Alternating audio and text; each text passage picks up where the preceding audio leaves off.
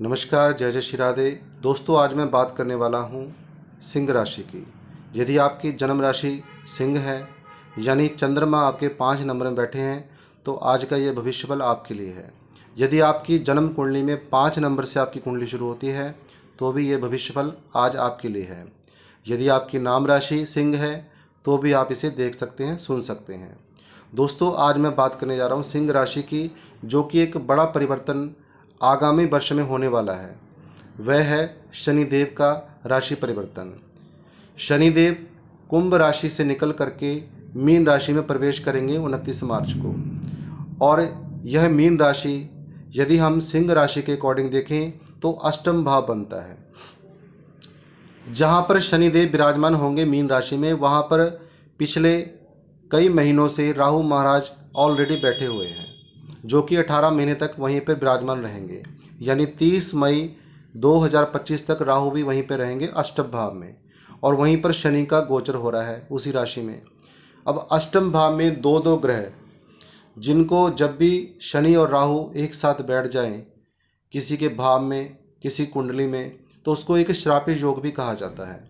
और आपने पीछे की यदि मेरी वीडियोस देखी हैं, तो उसमें मैंने बताया है कि 6, 8, 12 में यह जो दोष होता है, यह जो योग होता है दोनों ग्रहों का, यह कुछ ना कुछ व्यक्ति के जीवन में घटे जरूर करता है।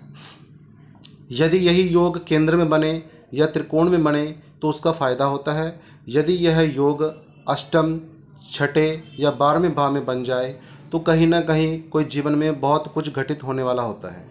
उसी का संकेत यह दोनों ग्रह देते हैं। तो यह योग जो है 29 मार्च 2025 को अष्टम भाव में सिंह राशि वालों की कुंडली में बनेगा।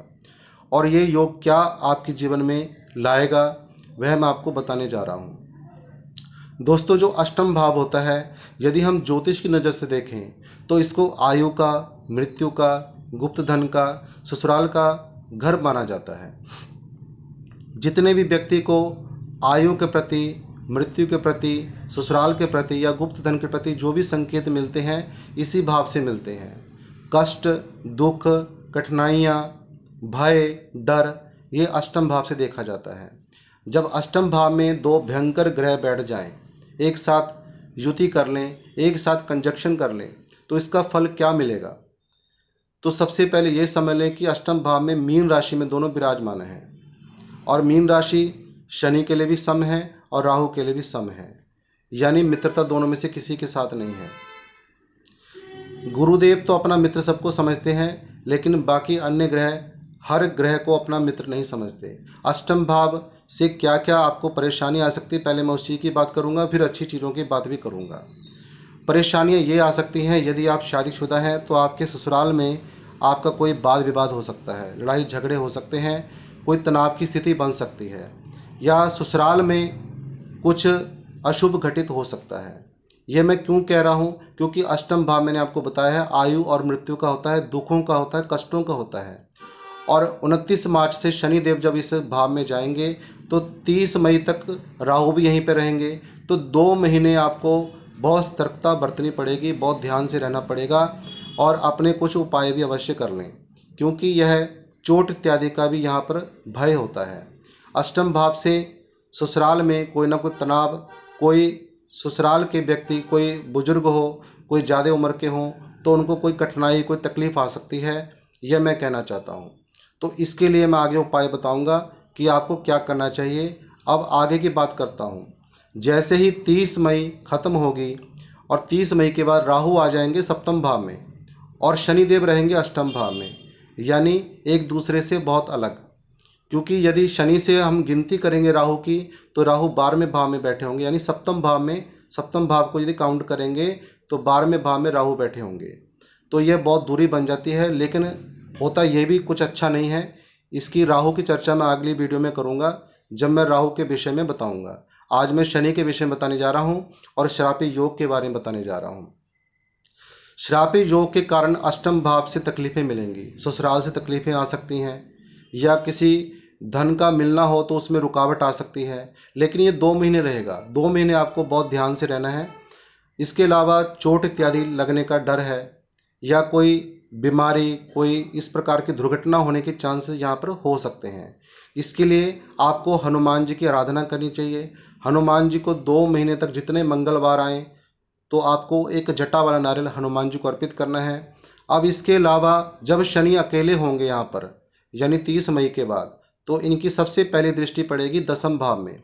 दसम भाव होता है कैरियर का, कर्म का, वर्क प्लेस का। चाहे वर्क प्लेस जॉब हो, चाहे वर्क प्लेस हमारा व्यापार स्थान हो, वहाँ पर आपको बहुत फ़ायदा होगा। लेकिन एक चीज़ का ध्यान रखना है, यदि आप नौकरी सर्विस में हैं तो यहाँ पर आपको अपने उच्च अधिकारी के साथ कोई तनाव हो सकता है, कोई वार्तालाप इस प्रकार की हो सकती है जिससे आपके जॉब में, आपके वर्क प्लेस में संकट आ सकता है। क्योंकि इस समय शनि देव जो हैं 29 मार्च के बाद जो अष्टम भाव में रहेंगे, इसके कारण थोड़ी समस्या बढ़ जाती है। जहाँ जहाँ उनकी दृष्टि रहेगी वहाँ वहाँ या तो वह अच्छा करेंगे या बुरा करेंगे। उसी की मैं चर्चा कर रहा हूँ, अच्छे बुरे की। तो यहाँ पर बुरा यही हो सकता है कि उच्च अधिकारी से आपकी जॉब में कोई प्रॉब्लम आ सकती है, कोई वार्तालाप हो सकती है, कोई नौकरी छोड़ने का भी चांस बन सकता है। वहीं पर यदि व्यापारियों का देखें तो व्यापारियों के लिए यहाँ पर व्यापार बढ़ेगा, व्यापार से उनको लाभ भी होगा। अब जब शनि देव की दृष्टि दूसरे भाव में पड़ेगी, सप्तम दृष्टि, तो दूसरा भाव होता है परिवार का, दूसरा भाव होता है वाणी का, दूसरा भाव होता है संचित धन का। तो संचित धन कहीं ना कहीं आपका थोड़ा बहुत कहीं खर्चे जरूर होंगे यहाँ पर, लेकिन खर्चे कहाँ होंगे, किसी न किसी मेडिसिन में या किसी ऐसी चीज़ में जहाँ पर नहीं होना चाहिए। इन चीज़ों के ध्यान के लिए, इन चीज़ों की सतर्कता के लिए मैंने आपको कहा है कि हनुमान जी का जो आपने जटा वाला नारियल चढ़ाना है, हनुमान जी को हर मंगलवार चढ़ाना ही है, जिससे आपका दूसरा भाव भी जहाँ पर दृष्टि जाएगी शनिदेव की, वह भी मजबूत होकर रहेगा। वहाँ पर भी आपको कोई परेशानी नहीं आएगी। यहाँ पर आपको सतर्कता क्या बरतनी है कि अपनी वाणी को आपको कंट्रोल रखना पड़ेगा। यदि वाणी से कई ऐसे शब्द निकल जाते हैं जिससे परिवार में तनाव आ जाता है, परिवार में कष्ट आता है, कलह कलेश होता है, लड़ाई झगड़े होते हैं, तो इन चीज़ों से आपको बच के रहना पड़ेगा। सबसे मेन चीज़ अपनी वाणी को कंट्रोल रखना है यहाँ पे। यदि वाणी आपकी कंट्रोल है तो सातवीं दृष्टि भी कुछ खराब नहीं कर पाएगी। और हनुमान जी की शरण लेना ना भूलें।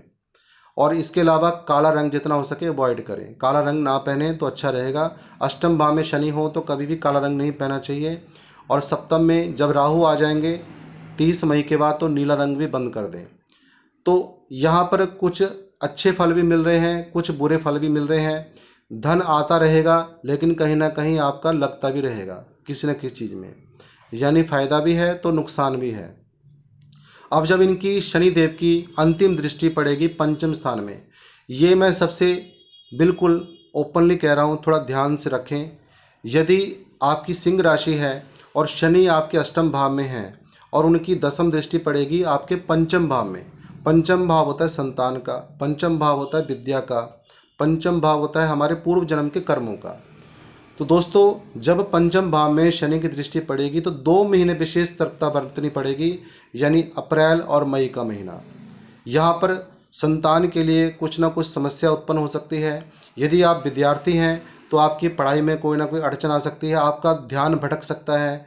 इसके अलावा यदि आप संतान के इच्छुक हैं या कंसीव करना चाहते हैं तो यह समय कंसीव करने के लिए अच्छा नहीं है, अप्रैल और मई।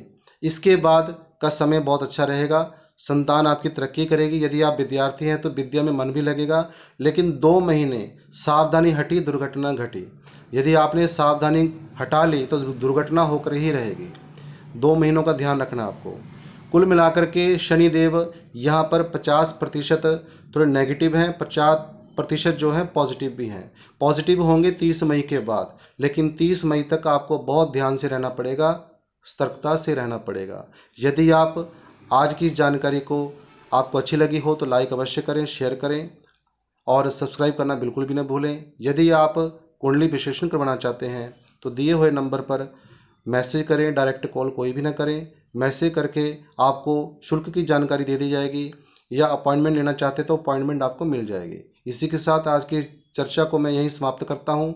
नमो नारायण, जय जय श्री राधे।